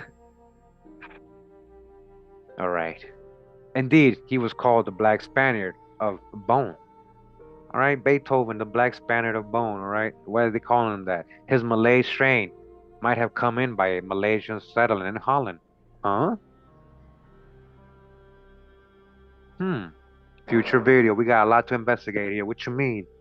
What you mean Beethoven's Malaysian? Have you guys ever heard of that? Countries as Holland, France, Belgium, England, which have colonies, usually have a considerable number of their dark subjects living in the mother country. Now he's adding, you know, generalizations here. Like he's talking about something else now. We were just talking about Beethoven. Negroes in fairly large numbers are to be found in Belgian seaports, principally Antwerp. I saw hundreds of them. Okay, now he's talking about modern times, but let's see what he's saying. I saw hundreds of them there. Some of them had married Belgian wives and had children. They came principally from the Congo. Okay, so see, I knew he was going to get into some African stuff, guys. He's talking about modern times. I saw people, he's talking about when he wrote this book. Hold up. Ah, all right, let's not lose our page. Let's not lose our page. This is from 1968, guys. All right. So he's talking about what he saw in well, probably before 1968, when he was writing his book in Antwerp. People from Congo. Yeah, people migrate. People migrate. So what? What does this have to do with what we're learning today, guys? What is this part? This is what I'm trying to tell you guys. You just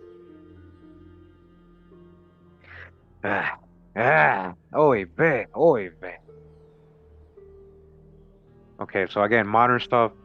Here you go. You guys can pause it, read it. There you go. Austria. Austria, as was said in chapter 2, was peopled by Negroes in prehistoric times. What Negroes? What Negroes? What type? Are you gonna try to say they're from Africa though? That's what he literally tries to say all the time, guys. This author. But at least he's given us the drop which we can follow up on.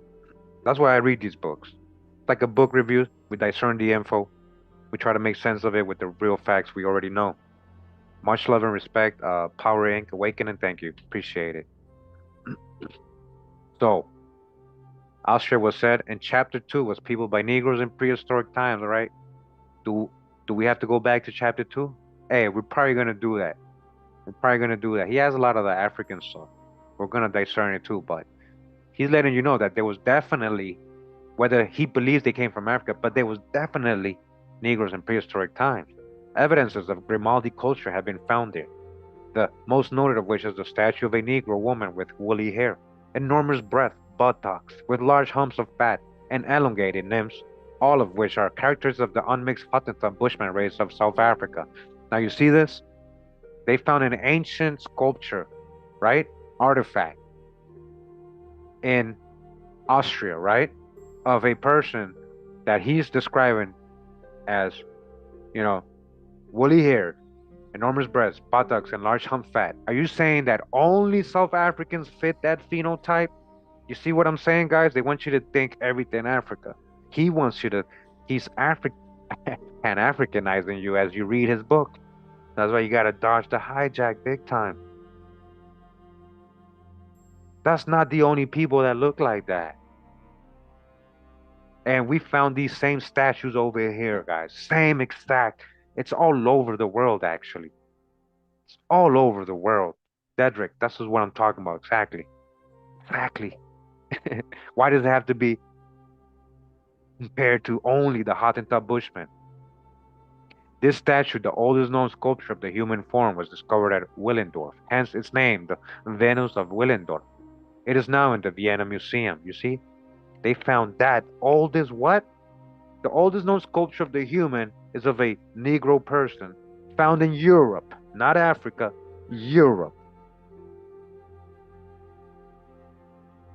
The Tartars or Tatars, Mongolian race, which had a Negro strain.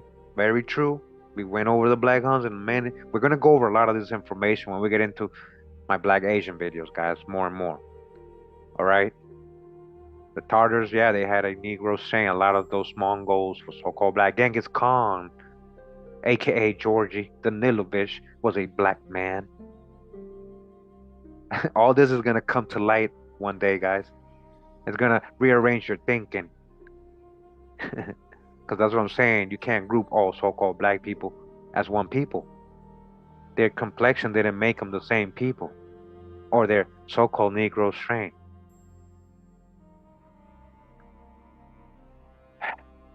The European Russia in the 13th century under Batu Khan, all right, break down this word, future video, Vatican, Vatican, Batu Khan, Vatican, Batu Khan, the brother of, or brother-in-law of Genghis Khan, Batu Khan, Vatican, Genghis Khan, Russian army, Christian, Caesar, Kazar, Rome, Vatican, subduing the Slavic princes and conquering the peoples of Poland, Eastern Germany, Poland, Austria, and Hungary. All right, we're talking about phantoms and duplicates in our timeline, bro. Bro. Their frequent alliances with the Pelasgians, Semitic and Negro races modified the primitive type of the Tartars. Later, as has already been said, came the Turks, who went as far as the walls of Vienna after conquering parts of Russia, Poland, Hungary, and Switzerland. The most famous body of Turkish troops were the Janissaries. German troops, huh? Turkish troops, sorry. All right? Dutch Negro woman of the 17th century. All right, let's back up a little bit. Dutch Negro woman of the 17th century. And if you say, oh, that's an African, well, you're adding a conjecture, you're giving an opinion based on no evidence. that you have. She could be from anywhere in the world. She could be from there. Or people can be from there. People can be from anywhere in the world, not just Africa.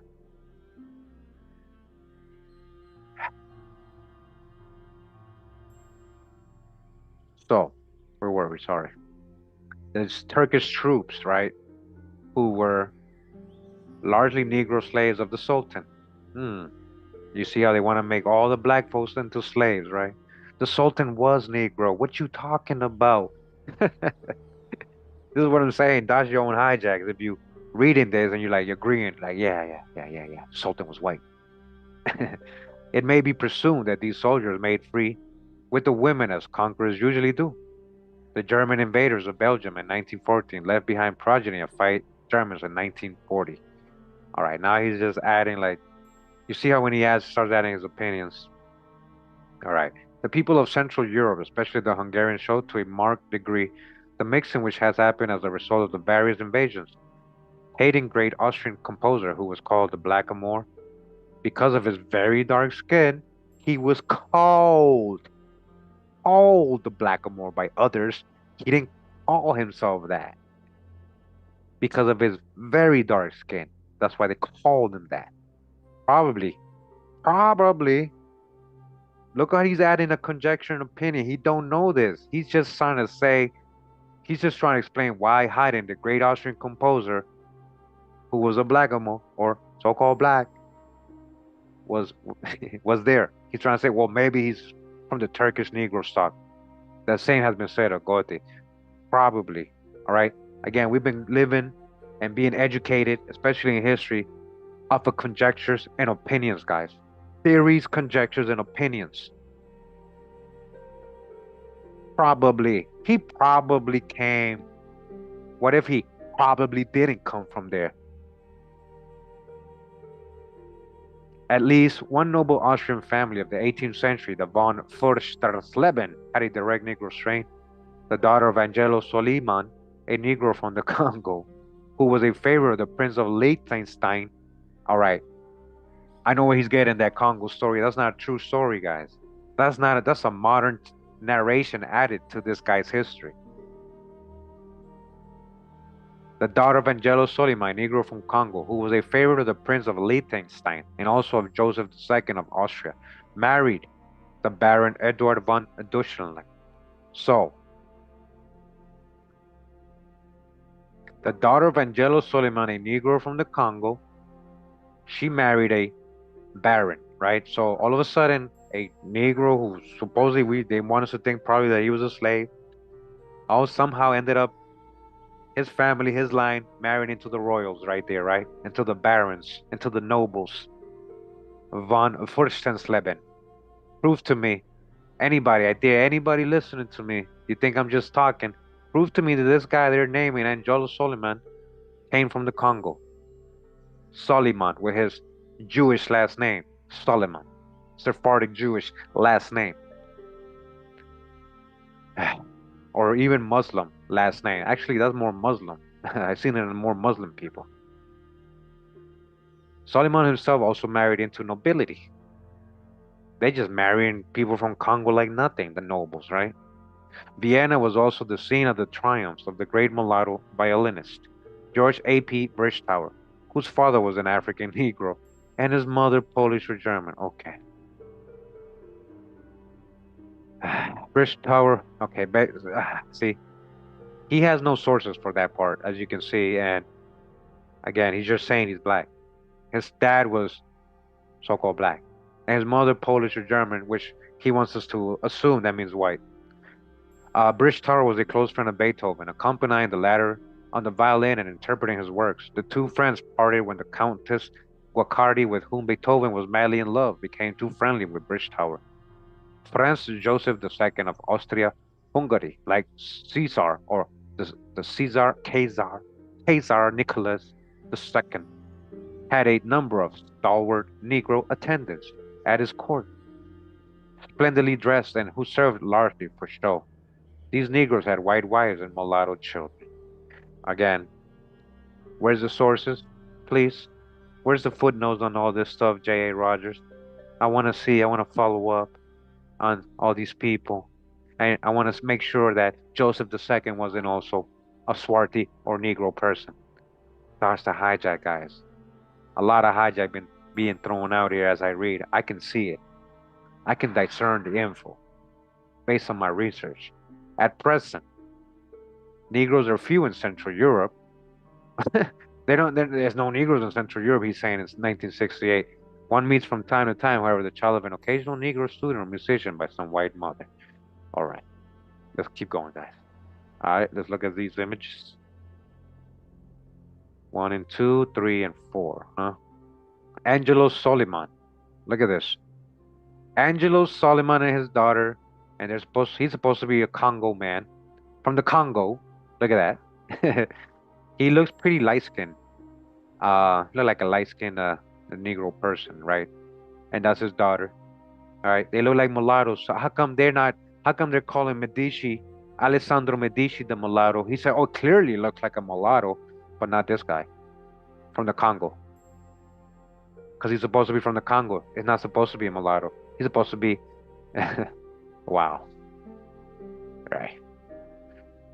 Baron von Fustervenslane. Baron? Hold up. What? Hold on. Hold on.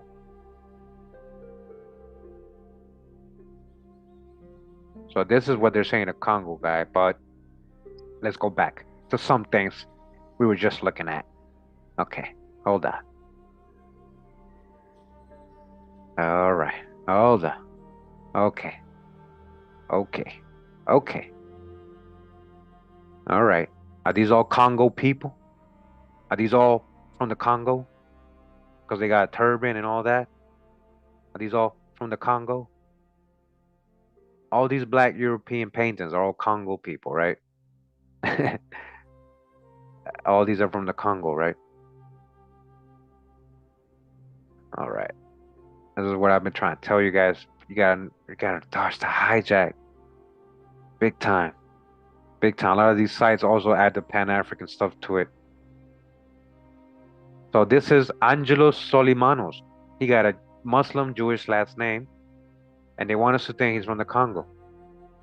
So this is what they're talking about. But he married into the nobility, right? Let's go back.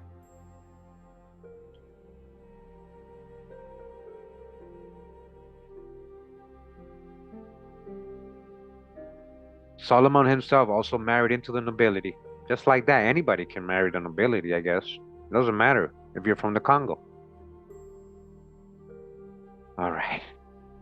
So, Baron Edward von number 4, Ras Prince Monolu.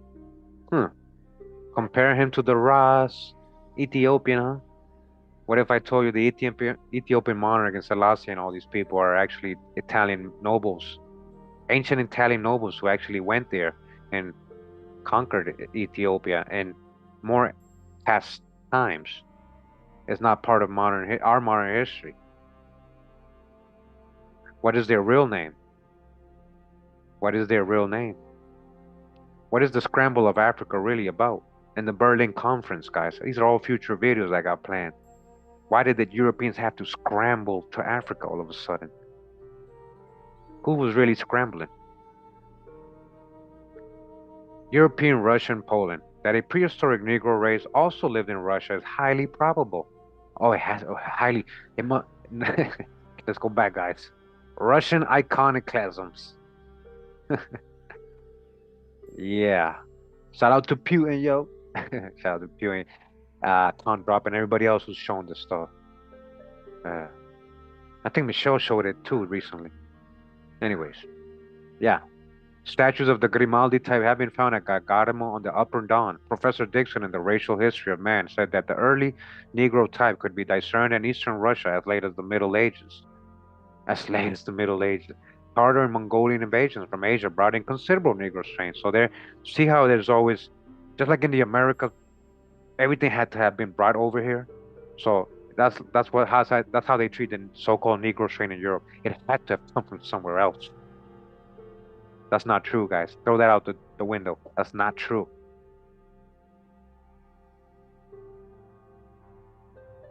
So, He's trying to say, well, that might be a reason why they're black. Well, the Russians were kind of, yeah. Who's Genghis Khan?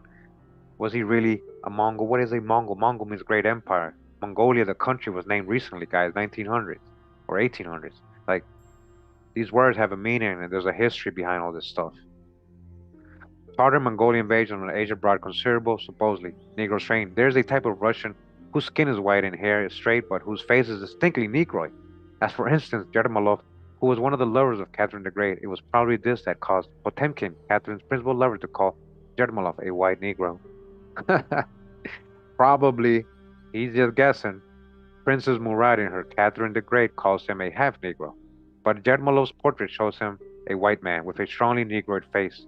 That's because they whitewashed, dude. Hey, Jay Rogers, that's because they whitewashed paintings, man. Do I have to tell you that? You couldn't figure that out in your time? Maxim Gorky came of this stock and Lenin too. From the 16th century, all right? Who? Lenin. Lenin, we already know. Come on. From the 16th century onwards and perhaps earlier, hundreds of Negroes were taken into Russia as mascots. As mascots. Now, see how they try to make it into a slavery thing always? Just like supposedly Negroes got to America due to slavery. They were brought there as mascots, really?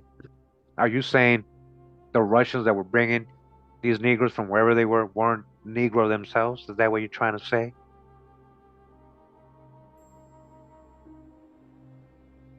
The most noted of whom was Abram Hannibal, the great grandfather of Pushkin. Do you see? So his great grandfather, one of these so-called Negroes they brought in. So where are they bringing in these Negroes from? It's conjecture and opinions to say, oh, it must have been from Africa. People invade each other. There's wars going on. There's many people getting enslaved by different nations, not just Africans. Schuler, in his life of Peter the Great. Oh, sorry, I skipped sign. Who wrote? So Pushkin, right? Great grandfather Pushkin was so-called black, who rose to be general in chief of the Russian army under the Empress Elizabeth. Schuyler, in his life of Peter the Great, says Negroes were in esteem, as indeed they have been of recent years. Volinsky sent from Atrakan a couple to Catherine in order to ingratiate himself with her, and Peter had several, one of whom was Abram or Ibrahim Hannibal. Hannibal's first wife, a Greek, bore him a white child, and when accused of infidelity, replied that tricking a Negro was no wrong. His second wife, Regina von Schellberg, a German noblewoman, gave him 11 children, all mulattoes. 5 of these were sons, all of whom rose to distinction. Again, where is the footnotes for this one? Come on. Ivan the Eldest was victor over the Turks at the Battle of Navarin in 1770 and governor of the Ukraine. Another Joseph was a naval commander, navigator, whose daughter Nadezhda, no, Nadezhda, married Count Pushkin, who belonged to one of the 31 leading families of Russia. She became the mother of the poet Pushkin, whose descendants have married into the royal families of Germany, Russia, Luxembourg, Italy, and England. Yeah, just talking about black folks. Pushkin's daughter, Natalie, Countess of Merenberg, was married to Prince Nicholas of Nassau. Their daughter, the Countess de Torby, wed the Grand Duke Michael, brother of Nicholas II of Russia. A daughter of the latter union married George Marquess of Milford Haven, great-great-grandson of Queen Victoria. One of Pushkin's sons, General Prince Pushkin, was commander of the Russian troops in Poland in 1890. Direct descendants of Pushkin still live in Russia. Catherine the Great, in her portrait by Lampe, has a Negro with her. So has Peter the Great in one of his portraits. Peter the Third was so fond of his Negro Narcissus that he would make the ambassadors of great lands wait while he played with him. When he was imprisoned by Catherine, he asked the Narcissus he permitted to stay with him. When T. Morris Chester, a captain of United States Volunteers, an unmixed Negro, visited Russia in 1867, the Tsar invited him to a military review during which he rode with the Emperor and later lunched with him and his family at the Winter Palace. All right, so what does that have to do with all this? Another, uh, he's saying African, right? Negro, Michael Egyptios was taught naval design and built several warships and rose to be major general and head of the naval dockyards of St. Petersburg. He married a Russian wife, and one of his daughters married a Swedish army officer. So, what years are we talking about here? The late Tsar Nicholas II had a corpse of 13 Negroes. A corpse of 13 Negroes, very black, of a magnificent build and height as an exotic setting for his palace. Listen to this. They were dressed in gorgeous robes and jewelry. An English army officer who spent 24 years in Russia tells me that their position was that of privileged servants, who after a service of 20 years received a pension of 100 rubles a month and the title of civil servant of the third grade. They were married to Russian women and had children by them. Honestly, guys, to me, it just sounds like Russians. It sounds like some black Russians they're talking about. Where does it say they're from Africa or anything? A corpse of 13 Negroes who married Russian people under the Tsar. Come on.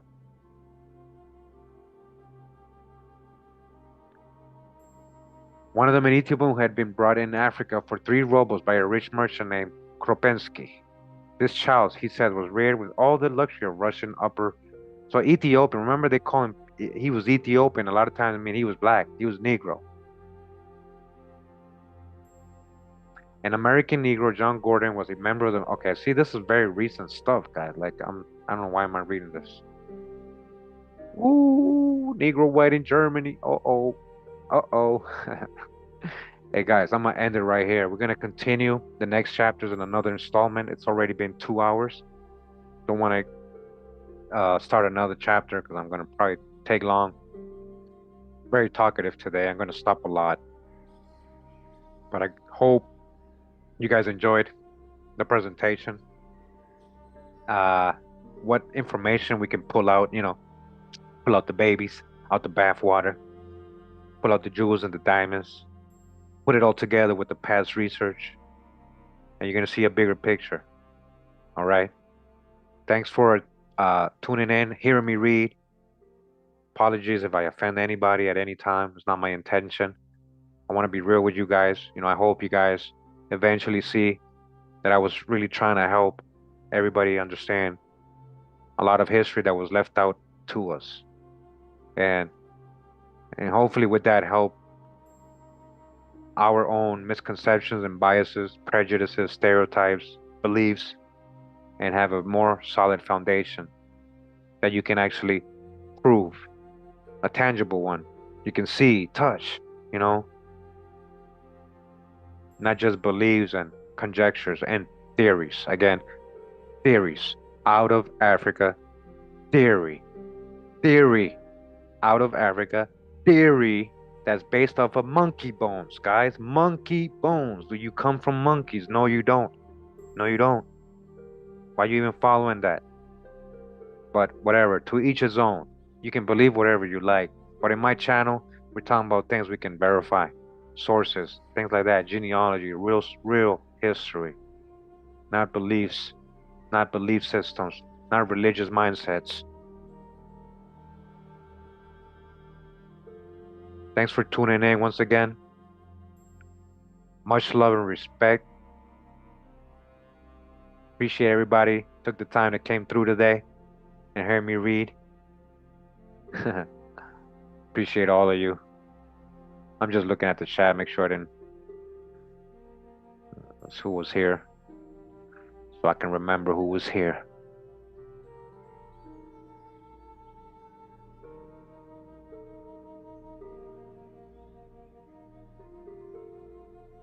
Pura vida, mi gente. Take care, everybody. Much love. Wow, we're going on with Ocelot. Ocelot clockwork. Like clockwork, baby. It's like clockwork. Instrumental. Wow.